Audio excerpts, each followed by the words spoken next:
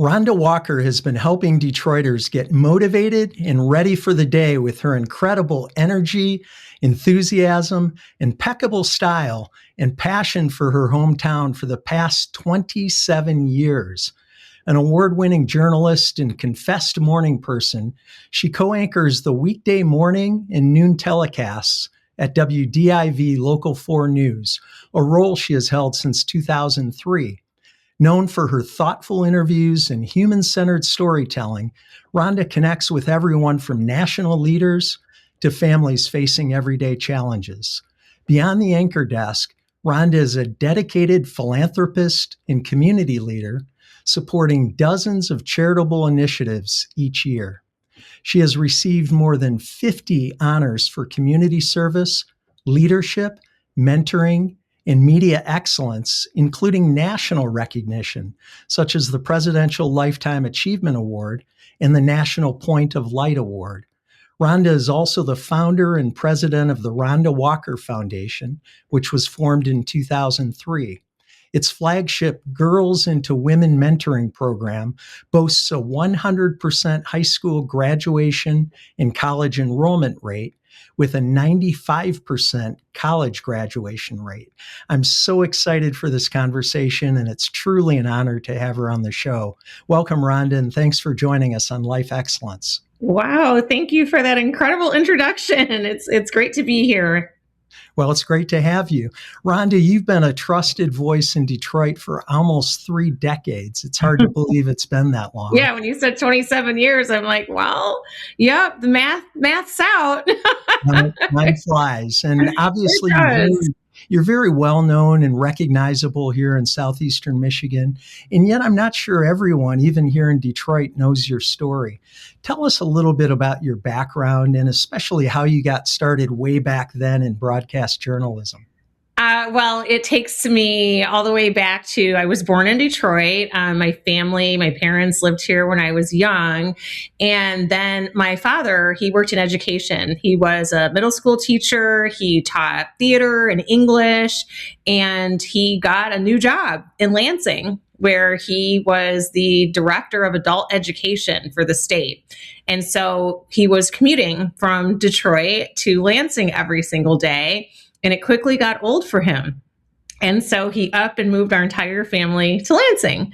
And so I grew up there, elementary school in East Lansing, and then we moved over to Lansing, middle school, high school. I graduated from Lansing Eastern, and then I went to Michigan State, where I studied communications, spent 4 years there. And a lot of my upbringing was very focused on community service and a lot of outreach that we did as a family. We always supported homeless families and people in need. And my dad did a lot of mentoring. My mom is a registered nurse and a social worker. So a lot of our life was about helping others, and on the education side, certainly with my dad, about, the importance of education and really trying to encourage, our friends and our network about the importance of going to college. For me in high school, I would describe myself as a leader. I was a cheerleader, but also just someone that always tried to take on leadership roles. And I did a lot of advocacy for my peers. I was on some boards when I was younger. There was the Department of Education had a youth board. So I was on that. I was on a sex education organization and board, just for being a youth voice, for helping young people make good choices. Did a lot of fundraising. We did like blood drives and raise money around homecoming for different causes. So I've always just been really community minded and love people, love helping people. So I think, as my life evolved, it just opened more opportunities to see what the needs are in the community and ways that I could use my platform to make a difference. And so somehow you ended up at WDIV. And if you were like I was, and probably like most people in the beginning of their career, you were probably just trying to get a job and get started in your career and in life. But clearly things changed for you somewhere along the line. At what point did you realize your role at Local 4 News wasn't just a job, but was a calling? Well, my first job in television was as a traffic reporter, and that was back in 1998. That was my first job in TV. And I quickly realized when you work in television and you have that type of visibility, and you build a trust with the viewer, they feel like they know you. And I got a lot of invitations to come and support other charities. Come and be an MC for this event, or will you do a story on our event? Or will you mention it? Can you help us? And I realized like this platform really gives you an opportunity to really help causes that are important to our community, that make a difference in people's lives, organizations that are doing amazing work, and how we can help as a voice in the community on television to really do some great things to help these organizations and their missions. And when I was about my fourth year on my contract at Fox 2, I was a traffic reporter, I was a weathercaster, I did feature reporting. And I really wanted to elevate into fully doing news. And while people will say, well, weather's news and traffic is news and, feature stories are news, but it wasn't like the hard news side. And I had a hard time segueing into that at that station. They kind of saw me as, the traffic girl and the weather girl. And it was difficult to earn that credibility. But little did I know that there was another station, just down the lodge that had been watching me for the last 4 years and did see a place for me on the news side. And so in 2003, I was hired to be the morning anchor, the job that I have now at WDIV.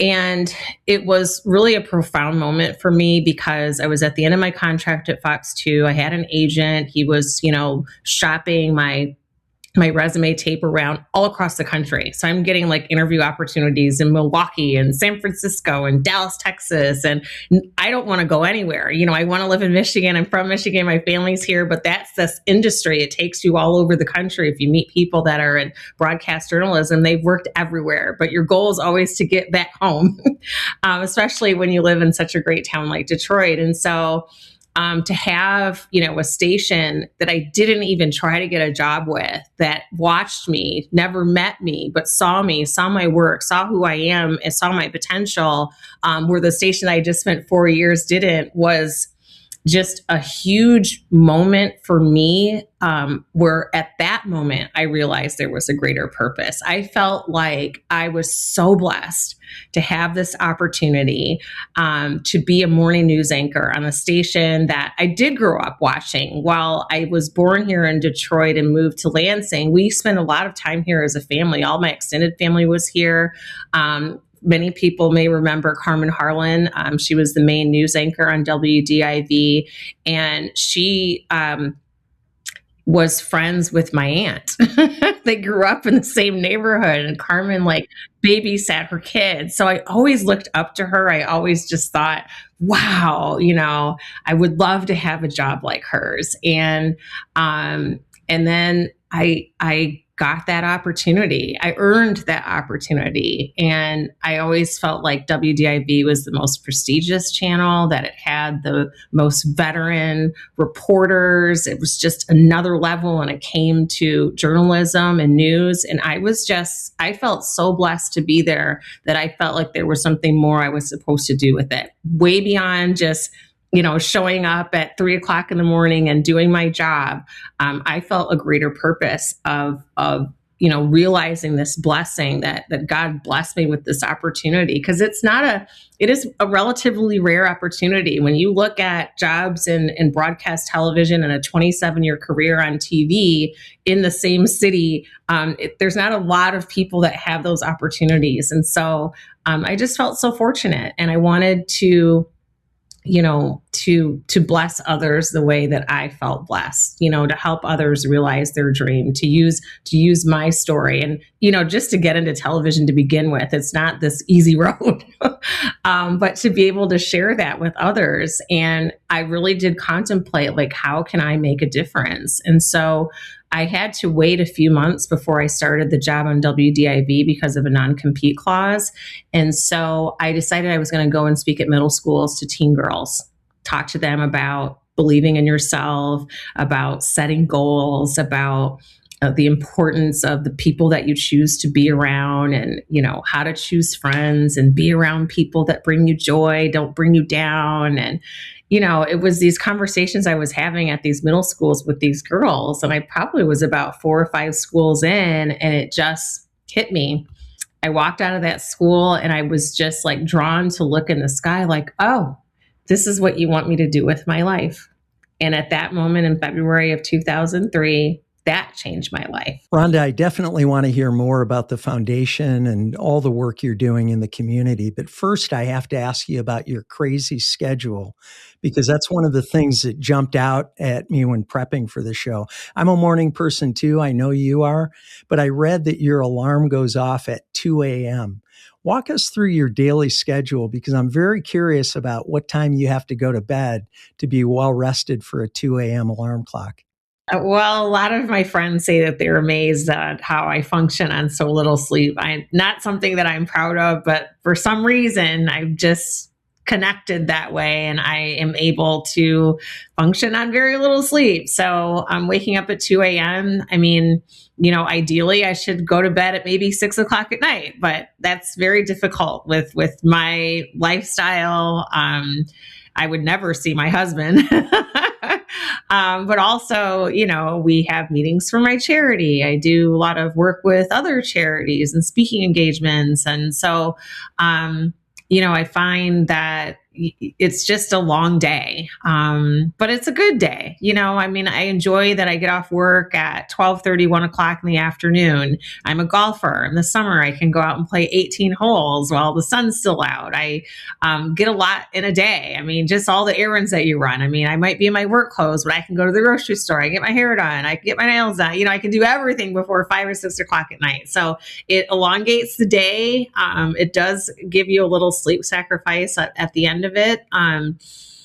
I try to get it when I can. I do try to go to bed at a decent time. I'd say my bedtime, usually I'm down by 9, but I try to get to bed at 8 or 7:30 on some days. And so some days I accomplish that. Other days, I'm a little bit sleep deprived, but I've found that, that morning cup of coffee, it still works. Well, I would think your evening challenges has to be one of the biggest challenges, because you're so generous with your time. And I see you at events, and you're emceeing, or you're speaking in the community. And a lot of those events are at night. So that seems to be the challenge from my standpoint. You can shop whenever you shop, and lots of things you can do anytime. But a lot of the events that I see you involved with are in the evening. And yes, they are. I see you the next morning at 5 o'clock on the morning news. So I think, wait a minute. Yes, that's what a lot of people say. They're like, oh, I made sure I got up right at 4:30 so I could see if you made it. I'm like, thanks a lot. For a while, I thought maybe you were a twin. I'm high energy. I love people. I'm selective about, the charity events that I, host or guest speak or, attend.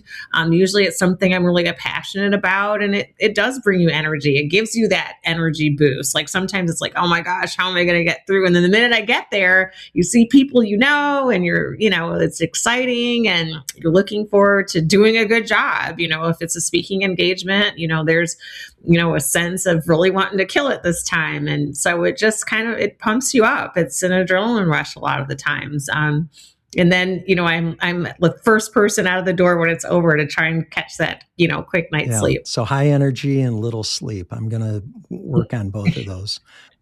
I did that for a long time. I can't do that quite as well anymore. Yeah, it does take its toll. I'll have to say I've slowed down a little bit. Rhonda, as you know, local news has changed considerably during your career. I read something recently that I thought was interesting and had no idea that the number of local newscasters has significantly decreased, with a study showing a roughly 75% drop in U.S. local journalists since 2002. And that surprised me. And again, it's not something that I've thought much about, but what factors have contributed to that decline, and what else has changed in local news over the time that you've been involved? The entire career that I've had, I have watched there be less and less human beings in the building, from automation, from camera operators and technicians and audio engineers. A lot of things have now become automated, where we don't need a person to do these jobs. And so, it's been tough, and it takes a toll on local news also, because there's so many ways now that we can get our information. It's right in your phone every single day, as soon as you wake up, wherever you are. And we have to feed that with our website, with our app, but then it makes it so that some people don't make that appointment anymore to watch the news in the evening, or before they go to bed, or as soon as they wake up, because they're just grabbing their phone to get a quick headline. And that is our challenge. And because of that, it spreads out the advertising dollars, which is how we fund our business. And so now advertisers have their own media outlets. They have their own media channels, their own YouTube channels, their own podcasts, their own social media people. And so they're pumping those advertising dollars and spreading it in many different ways. And so it's impacting our industry and the amount of revenue that we're bringing in.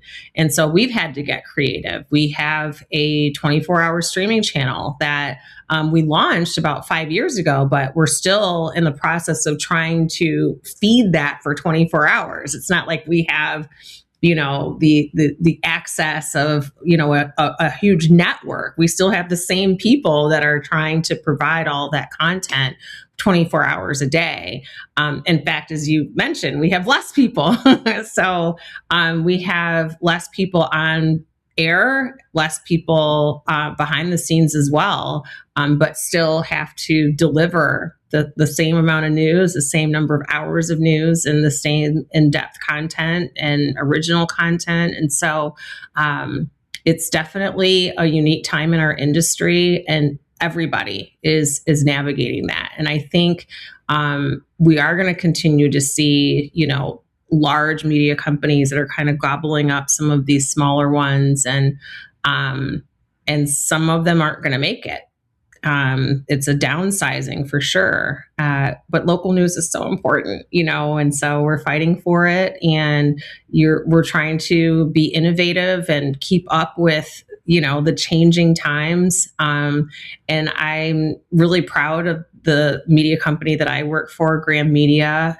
We're kind of an industry leader with a lot of our innovation. We're in good standing. And so I feel confident about it, but it certainly is, it's a changing time that we're all trying to navigate together. Well, and speaking of change, it seems like local news has also faced a lot of criticism in recent years. Everything from being too focused on crime or crisis, what's the adage, if it leads, it bleeds, to erosion of credibility and trust, which I think is true for media in general. That's not just a local news issue or criticism, to even too much traffic and weather and maybe not enough substantive news, although I do love your weather people and traffic folks in particular. But from your perspective inside the newsroom, what do you think critics get right, and where are they off base or maybe a little too harsh? Well, I think that you get media in a lot of forms. People are consuming media on their phones, maybe from credible sources, maybe not. There's a lot of commentators, people that may work on networks, but are really just giving you their opinions. And you can't lump it all together. how you're consuming news. You kind of have to break it apart, and local news is different than network news. In our newsroom, we have a lot of integrity, a huge responsibility, a huge responsibility to fact check. We don't just put anything on the air. It is vetted and confirmed, and we work very hard on that. That is a huge part of what we do every single day when we're making decisions and what news we cover. And we've spent a lot of time over the years. I mean, if it bleeds, it leads is really not our philosophy. I know that's kind of how we were decades ago, but that's not who we are as a station. We're very much community minded. Being in different communities, we have it isn't just the city of Detroit or just Wayne, Oakland, and Macomb County. We try and spend time in covering news and stories throughout all of the counties in our viewing area, and it's very important to us.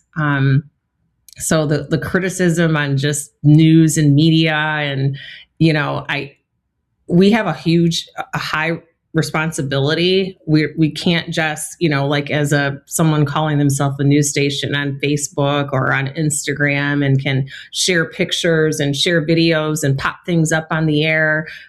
We don't work that way. We have, rules and laws and, so it's a lot different for local news. So that's the place you go for, when it's breaking news and you want facts and information. We know that we're always a leader in that regard, and we just want to maintain that all the time. But certainly in those very important moments of crisis and or tragedy, or when you're really wanting to rely on getting information real time that's accurate, and it's from police, it's from who's ever responsible for what's happening to provide that information. This is where you will get it from. It comes to us first. And so, it's hard when I see and hear and try and tune out the criticism on our industry, because I know how hard I work, how hard my colleagues work to get things right. It's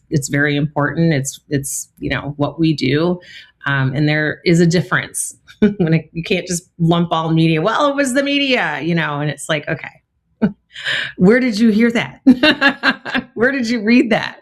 Who is that? What is that news source? And so it's an education too, just helping people understand the importance of vetting information that you see. You see people get scammed because they saw something on Instagram and they clicked on it, or they tried a product and they said it was going to work and it didn't, and then you have to go back and say, well, let me go to the credible source. Let me go to a brand that I know, that I trust. And we want to be that for our viewer. Yeah. You mentioned tragedy, and you report lots of different kinds of news, including things that aren't particularly pleasant to watch. I'm sure aren't particularly pleasant to report on, but you're reporting the news in the community. And Rhonda, you're one of the most positive, optimistic people I know. And I wonder how you maintain that in the midst of having to report difficult news. Now, not everything you report is difficult or negative, but you are exposed to tragedy and loss, and probably, if not on a daily basis, certainly on a weekly basis. And I wonder, as a journalist, does that require a certain emotional distancing or separation? And how do you do that without becoming completely desensitized? Because I know you're an emotional person. And so I'm guessing that you feel that emotion and get caught up in those stories. And yet you can't, whether it's a news anchor or a nurse in the hospital, you can't become enveloped by that and have that impact you negatively. How do you do that? That's a great question, because, I am an emotional person, and the things that we cover do affect me. And certainly when it's tragedy after tragedy after tragedy, it wears on you, and it's difficult. I think that we do have that switch, though, where you have that moment and it's awful. And now we have a job to do. We have a job to inform, to gather more facts and information, to update people as best we can. If there's still a danger out there, to reassure people. And so you're relying on, yes, my ability to feel how others feel, but also what information do they need? What do they need to know? How do I reassure? How do I help? How do I, inform? You should be here. Go there to meet your kids. Don't go here. Watch out for this. So I think you just turn on, your journalism hat and think about the person that's watching, the person that's most affected and impacted by whatever story that you're doing, and try to be sensitive for them and informing them. I think for me, I do that a lot, where I'm always trying to think, who the viewer is and what that viewer's perspective is of what I'm telling them, and what questions would they have, or what do they need to know, and trying to do the best I can to provide that information, but also that reassurance too, that because I am an optimist in the midst of everything, no matter how bad it seems, that you can get through it, and that you have to keep going. And so I think I've always been very self-motivated, but I try to motivate others and encourage others at the core of who I am. So I think that plays a role in it too. But it is hard. I mean, you mentioned like a nurse or a doctor or a police officer that sees a lot of tragedy. And if you see that ongoing all the time, like, it can really, really, really take a toll. So I do make sure that I use all my vacation time. I do, just try to have a social life, and, spend time with friends and family, and get out and do things with my husband. Like, a good outlet for me is golf in the summertime, because it's just, you need to have an escape.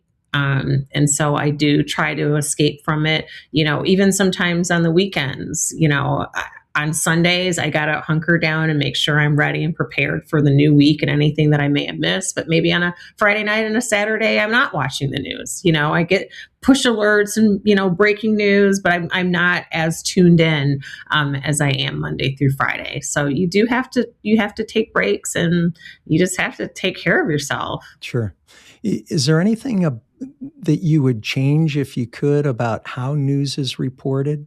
So if you could wave a magic wand and change the news industry to be more different in some way, or more impactful, what kinds of stories would you tell? So it's interesting, because we do get a chance to tell these stories, but you might see that story one time in one newscast on one day. But we may tell you about a crime story every newscast, every day, every time there's an update. And so my one little uplifting, inspiring story is going to get lost in all of that. And that's just the nature of how live news works.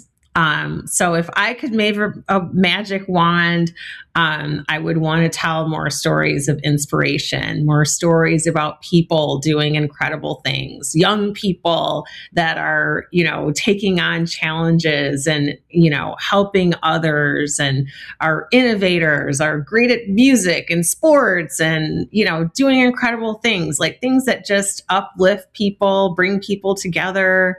There's a lot of stories that I wish that I could do that. Our streaming channel does actually enable us to do a lot more. We're still working on viewership in that regard. But certainly, to balance more, happy, inspiring, uplifting stories that, bring people joy. The optimist is emerging. Rhonda, I'm outnumbered though sometimes in the newsroom. It's like, well, okay. probably most of the time. Rhonda, I think the world of you, and you're impressive on many Thank you. levels. And one of the things that I've always admired about you is your deep commitment to philanthropy and community service. You talked earlier about the origin of that, and I know you were raised in a household that valued community service, that valued adding value to people and giving back. And I've seen you through the years do that in so many ways with so many organizations. And you mentioned starting your foundation in 2003, again, going back to that big year in your life. I shared a couple impressive statistics about the results that you've achieved, but tell us more about the mission of the foundation and the impact you're making in the lives of teen girls in Detroit.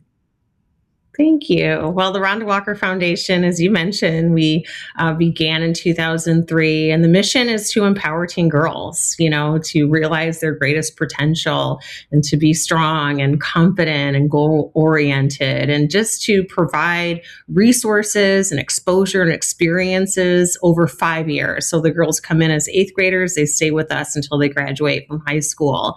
And over that 5-year period, I feel it can be so comprehensive that you really can have an impact. When I first started speaking at schools, I would come in and talk to a class or, an assembly for an hour.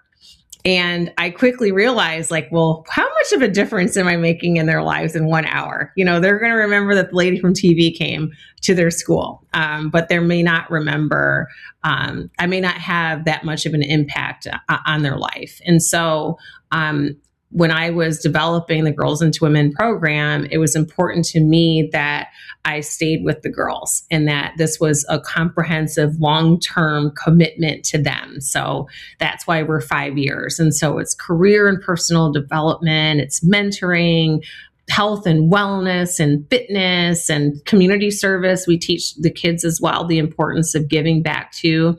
And, I think that, a lot of our kids, particularly in Detroit public schools,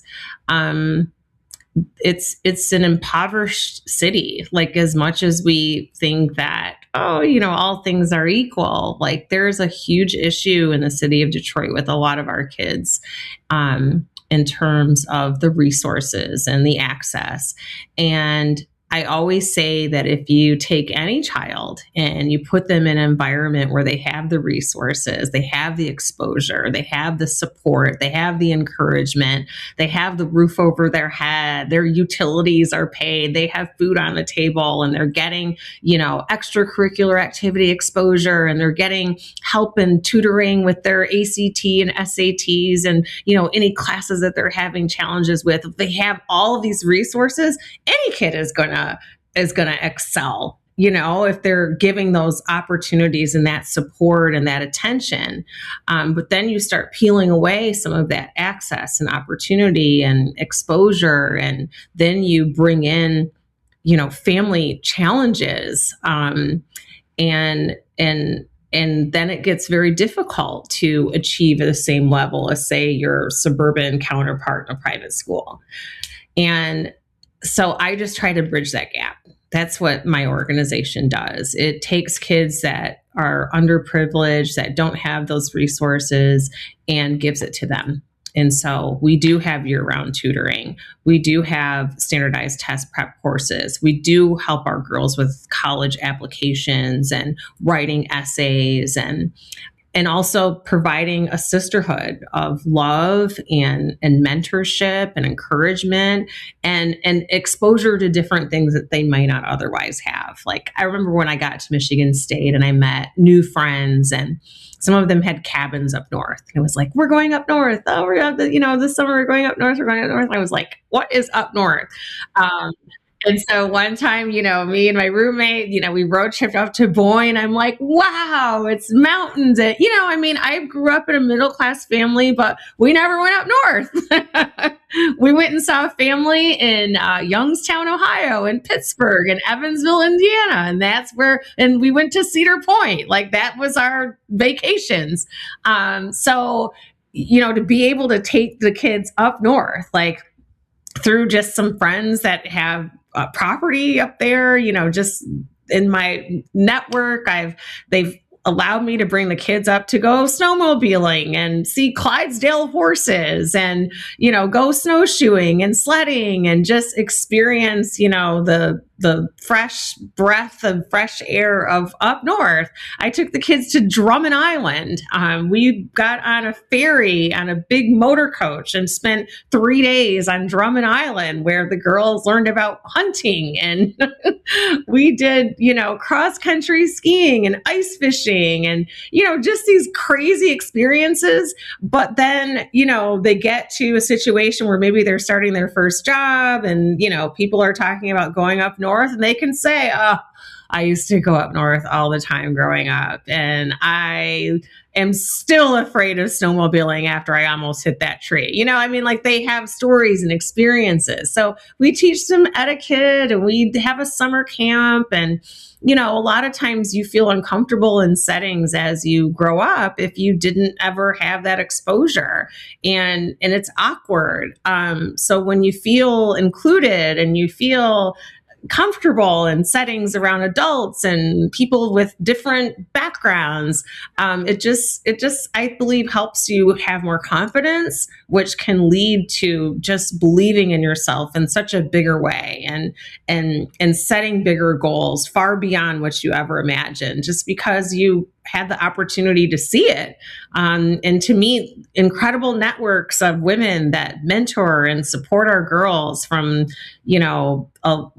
not only my friend group, but a lot of the organizations that financially support us. A lot of the women's resource groups have hosted our girls at their offices and taught them, how to dress for success in their jobs. And so it's just been fun, to watch the girls develop and evolve, not only academically, but just their confidence, to see girls that come in super shy and don't even really want to be there, but their mom's like, I think this will be good for you, to 5 years later, they're doing a speech as we work on public speaking, and they're talking about how the foundation impacted their life. And I'm just in awe. I'm in tears, and it's just amazing to be a part of their lives. It's amazing to be able to help young people realize potential they didn't know they had, and to bring out the best in them. And I feel fortunate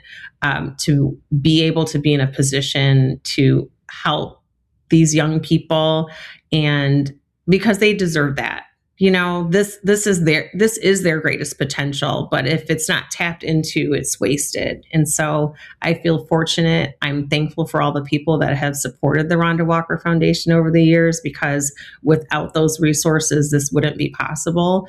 And then it's just up to me to be, consistent, to be a good leader, to make, great choices for the girls, bring on the right people, have the right programming, always stay current. And that's a full-time job. But I'm up for it, and I love it. And, the outcomes are what make me so excited, just to see them graduate and go on and be successful women. Well, and I think at a really high level, what you do is open their minds to a world and to possibilities that they didn't even know existed. I think one of the mistakes we make is thinking that, so you have your life and whatever's encompassed in that, and I do too. And we think that everybody is exposed to all of the things that we're exposed to. And I know one of the mistakes I make is always thinking that everybody knows the things that I know, and that's not true. And so when you can take somebody whose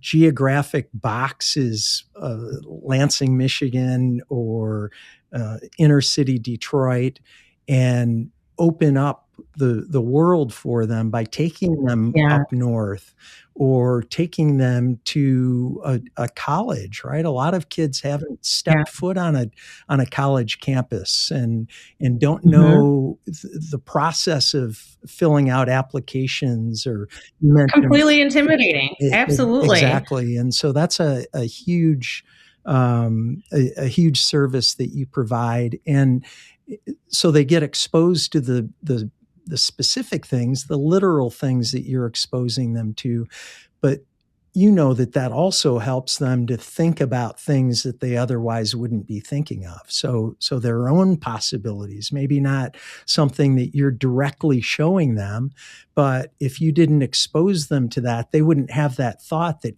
hey, maybe I can do this, or I wonder if I can do that.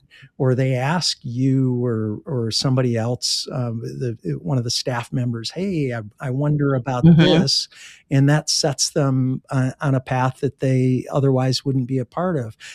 I know that mentoring and modeling success are important components of the foundation's programming.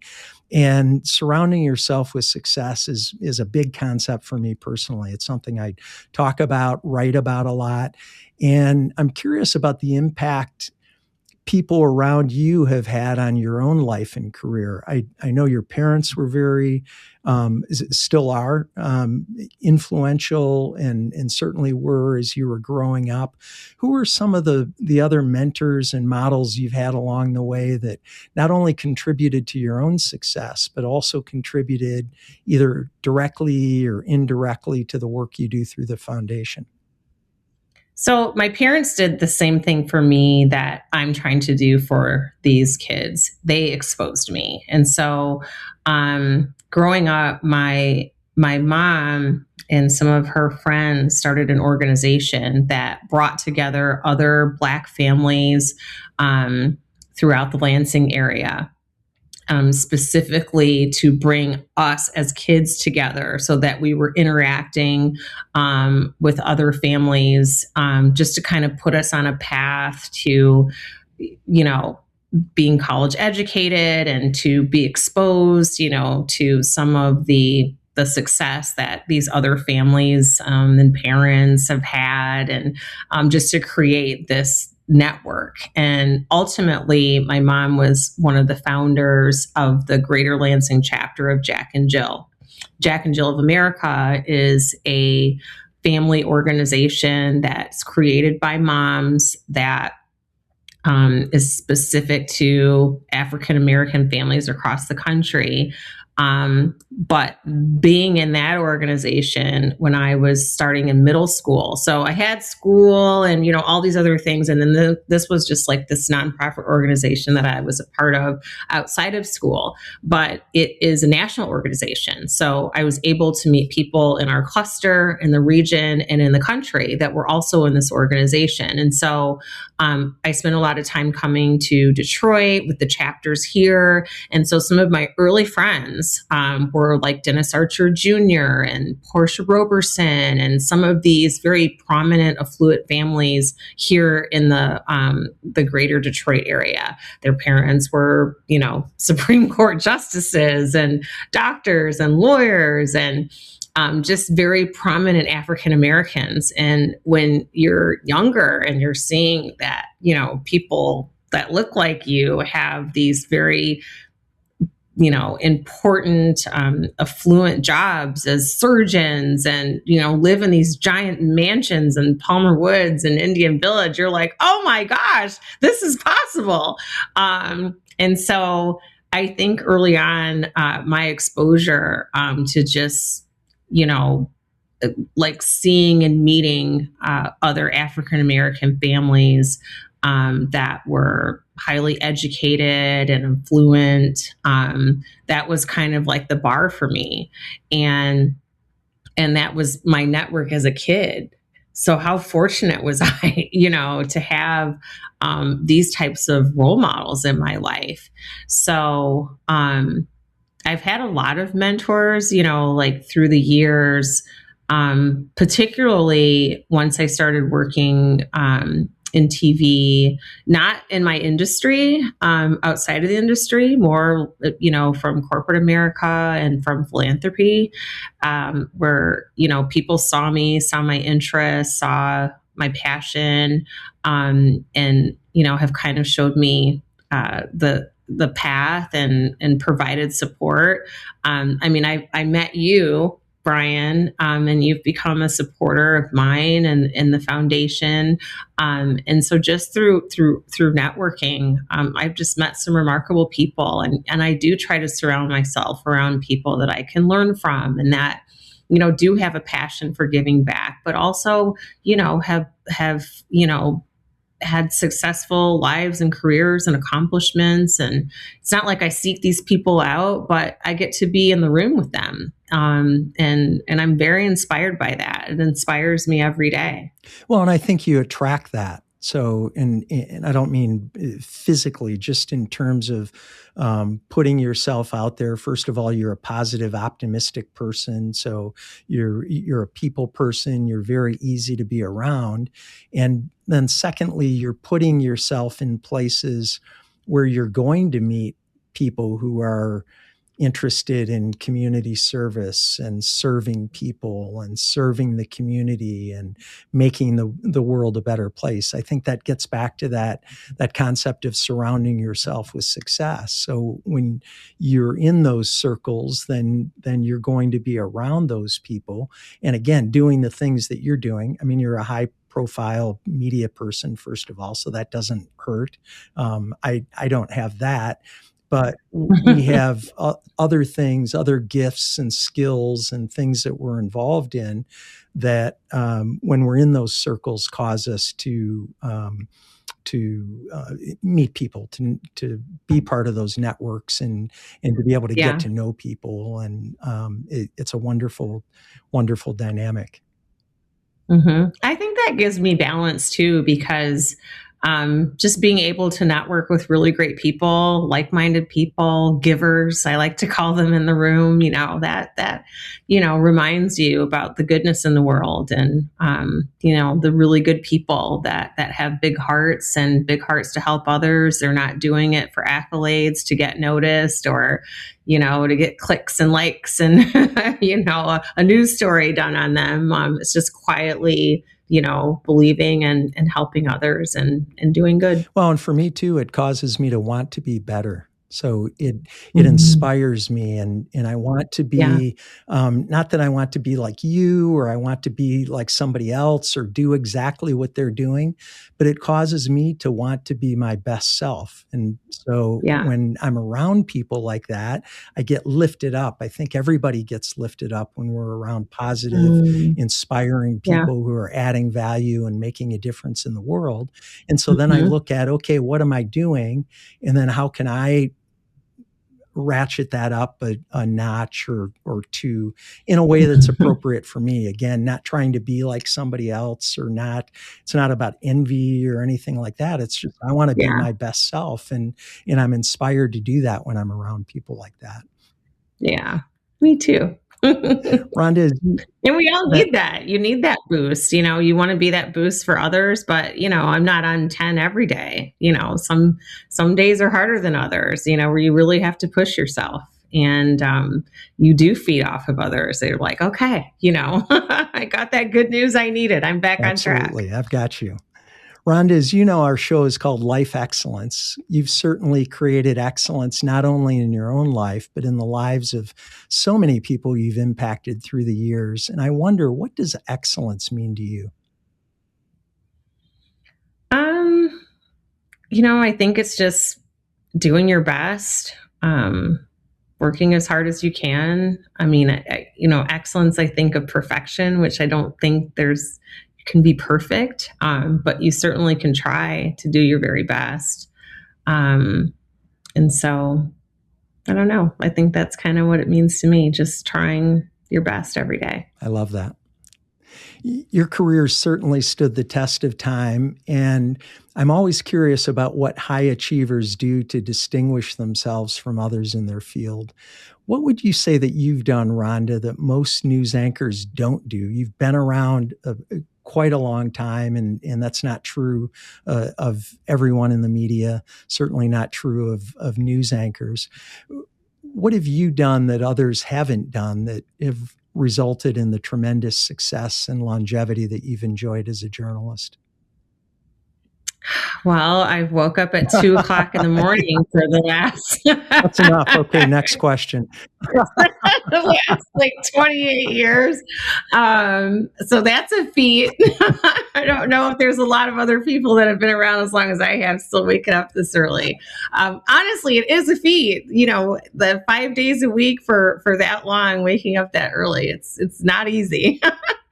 But I just think, consistency is very important. Working on live TV every single day, life happens, you have personal things that go on in your life, good and bad, and to be able to persevere and push through whenever those things happen and still show up every single day on live TV and do my job. It's not always easy all the time. And I think just the perseverance and consistency and, just showing up every day, ready to make it a great day and wake people up. And I also think just, we're all different. We all have our own passions and interests. And I think what sets me apart is truly my philanthropy and how important it is to give back. It's such a huge part of my life.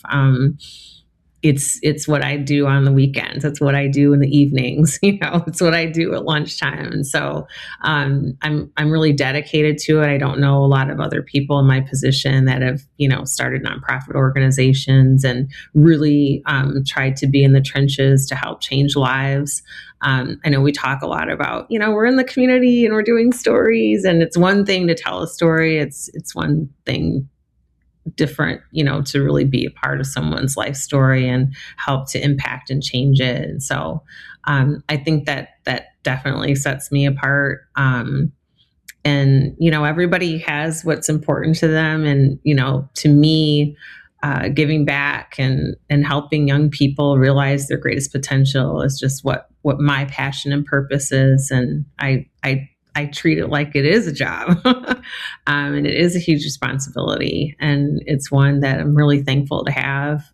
It's given my life so many moments of joy and fulfillment, and just to be really proud. And I think we're on this earth for a short time, and we can soak it all up and keep it to ourselves, or we can take our life experiences and resources, in stories and love, and give it to others, that need it, and I hope that I can do more of that in my lifetime and bring more people with me to do it too.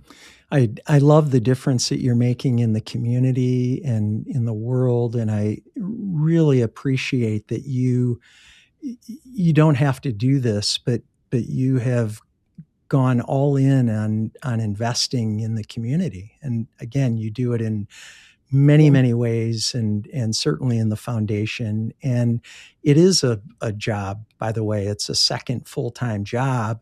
And you certainly don't have to have a second full-time job, and yet you do it, and you sacrifice sleep, and you invest time and energy and dollars. And I just love that you're doing that.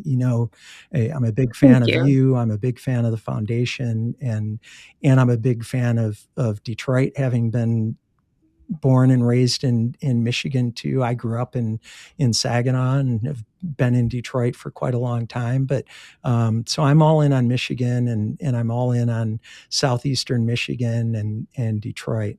Rhonda, thank you so much for being on the show. It's always wonderful to see you, and I'm very grateful for our time together today. Well, it's been an absolute pleasure. Thank you so much for your support and for having an interest in having me on. It's been fun. Of course, it has been fun. Thanks for tuning into Life Excellence. Please support the show by subscribing, sharing it with others, posting about today's show with Rhonda Walker on social media, and leaving a rating and review. You can also learn more about me at brianbartes.com. Until next time, dream big dreams and make each day your masterpiece.